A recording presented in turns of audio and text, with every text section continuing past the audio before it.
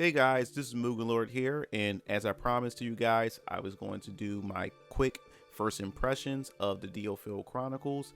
So before we dive into it, make sure you hit that subscribe button because it definitely helps me out here on YouTube. And also hit that bell to be notified for more JRPGs news in the near future. So let us dive into it. Yes, Diofield Chronicles is finally here. It was one of my anticipated Square Enix games for 2022, and the game had released just last week, and I picked it up for the Xbox Series X. So yes, I got it for the Xbox Series X. I'm all for JRPGs for the console, and definitely want to show my support for having more Xbox RPGs from Japanese studios. So let's dive into it because there's a lot of things I really want to say about the game.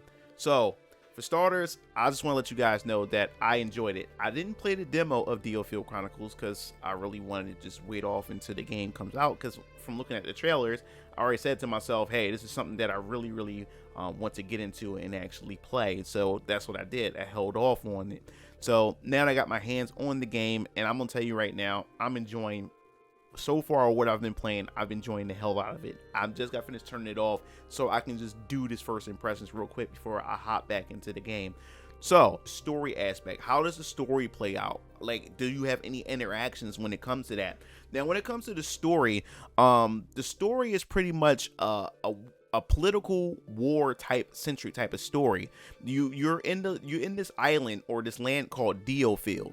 Now, how this game actually play out in the story is the fact is that jade is a powerful resource, in which a lot of people use to create weapons and create magic and all types of different types of things and technology in this world. And it's these two factions is fighting each other on this continent. Now the thing is, Diofield is bountiful amounts of jade. Now that the two factions are fighting against one another, they are depleting their jade left and right. And now that they're depleting their jade, now they're looking like, what are we going to do? Where can we find more jade? So the two factions decide that, hey, we're going to stop our fighting and we're going to join forces together. And now we're going to invade Diofield, since Diofield pretty much has a bountiful amount of jade. So these two factions came together, and now they're invading Diofield. Now it's up to the main protagonist and his crew of mercenaries who come together to pretty much help out the king that's in Diofield to be able to fend off the enemies. Now every character has their own personal reasons of why they want to pretty much join the kingdoms in order to fight off the incoming threats. And what I like about it as well is I love the characterizations of the characters. I love the voice acting. I think the voice acting is top notch. And the thing is about the voice acting, how the characters emote and how they communicate with each other, it reminds me of the game called Silver that's on Dreamcast. I will do what I can to assist you in any way. You have our thanks, but your assistance won't be needed. Those traders and any of that Southfield rabble are ruffians. I would kill you first. Steady, lad. Listen to the old man. Your wife is such beauty. That gains so little pleasure of you destroying it. And there's quite some similarities of how they emote, how they talk, and how the dialogue is portrayed, and even down to the music remind me of the game Silver that's on Dreamcast. But yes, I love the art style. The art style, I would appreciate that Square Enix would adopt for a future Final Fantasy Tactics game. I think it's downright beautiful. I think it's gorgeous for what it is when it comes to the art style. What is Diofield Chronicles in terms of gameplay?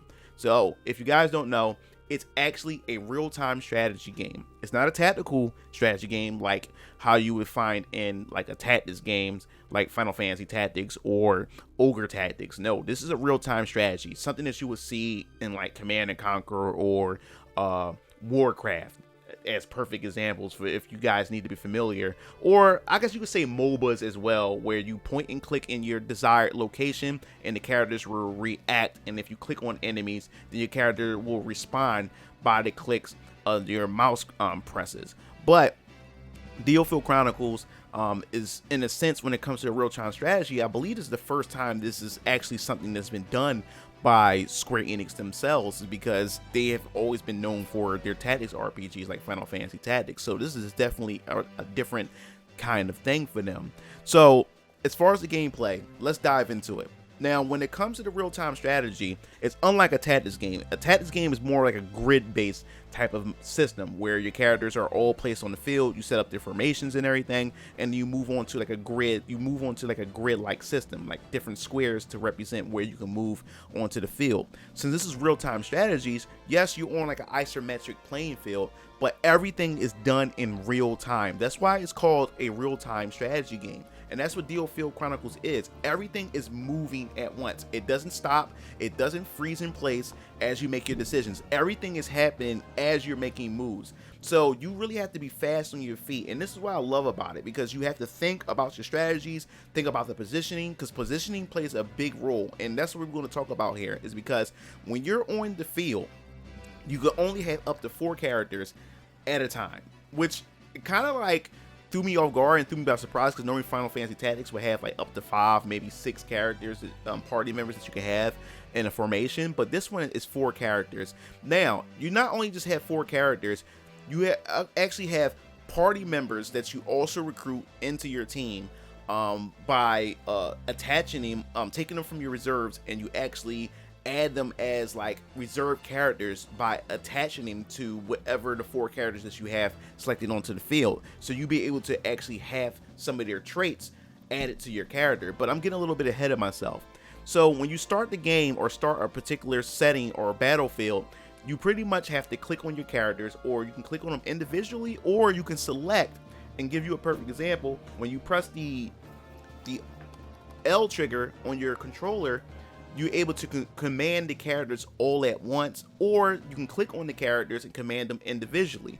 Now, what's important about this is the movement of your enemies, because your enemies have a line of sight, which they have like a radius. Once you step into that radius, this is where the characters or your opponents be able to see you and then actually approach you. And this is where everything about positioning comes into place, because whoever the enemy interacts with, when it comes to your party members, you can take that time to actually bait them, and then you can command any one of your party members to actually go behind your enemy and actually ambush them. When you do back attacks, which is definitely very crucial in this game, you can actually take critical damage from the enemy, which I think is actually pretty cool. So positioning definitely plays a role in how you approach a lot of these enemies. And what makes each character unique, each character has their own unique special abilities regarding their class. Now, there's only like 4 class types in the game. You have your soldier, you have your cavalier, then you have your spellcaster, and then you pretty much have your ranger class that does all range type attacks. So you have 4 classes, but then you have different party members or different characters that's within that class that have their own special unique abilities that you can pretty much pair up with whatever party member that you have currently on the field. So as you're approaching the battle and as the enemies attack, they will continue to attack. So everything is happening around you in real time. So as you're doing that, other enemies can attach to you, to your current party members, or attach themselves and aggro onto the current enemy troops that you're fighting at the moment. There's also different type of environmental effects, because of course you have things like barricades that actually blocks out the enemies in their path and their movement, and also blocks out your path and movements as well. And the strategic thing about barricades I respect about it is that I don't destroy barricades right away, especially since it's just 4 of us. If there's an escort mission, which we'll get into missions in a second, it stops enemies from finding quicker ways to get to you. So I'll leave those barricades up until I'm ready to actually make progress through the levels itself.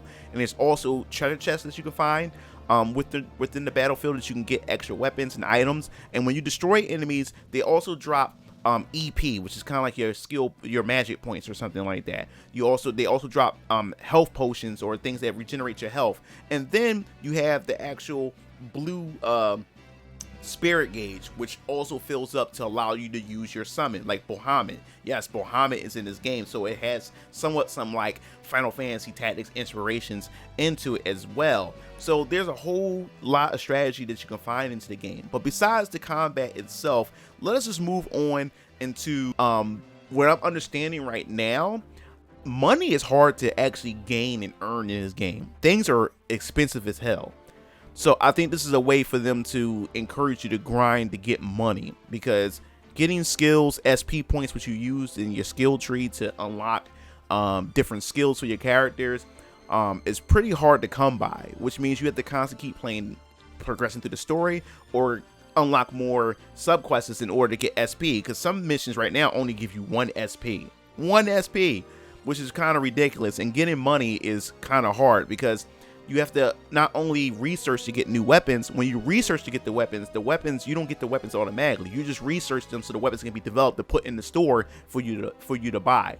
So you really have to be really conservative with your money and how you progress in this, unless you want to level grind the same quest and everything like that in order to get the money that you need before you unlock new quests and unlock new parts of the story missions as well. But the overall experience for the game, I would say that Diofield Chronicles, so far from what I've played, I'm really enjoying every bit of the game. And I'm telling you right now, I'll probably finish this game within by another week. I'll be finished the game, so you can expect a full review for my overall experience. But that pretty much wraps this video. If you're looking to get into Diofield, I'm telling you right now, give it a try.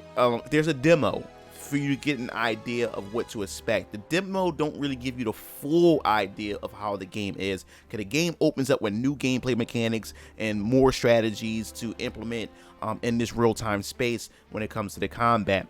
But if real-time strategy is not something that you enjoy, then you probably won't like this. But if a real-time strategy is something that is in your ballpark and you really love, then you're going to give this game a try. You'll like it. And if real-time strategy is something that strikes your curiosity, definitely give the demo a try and see if it's something that you like. But that pretty much wraps up the video. If you liked the video, definitely hit that like button. Hit that subscribe button, because it definitely helps me out in the algorithm. And don't forget to hit that bell to be notified for more JRPG news in the near future.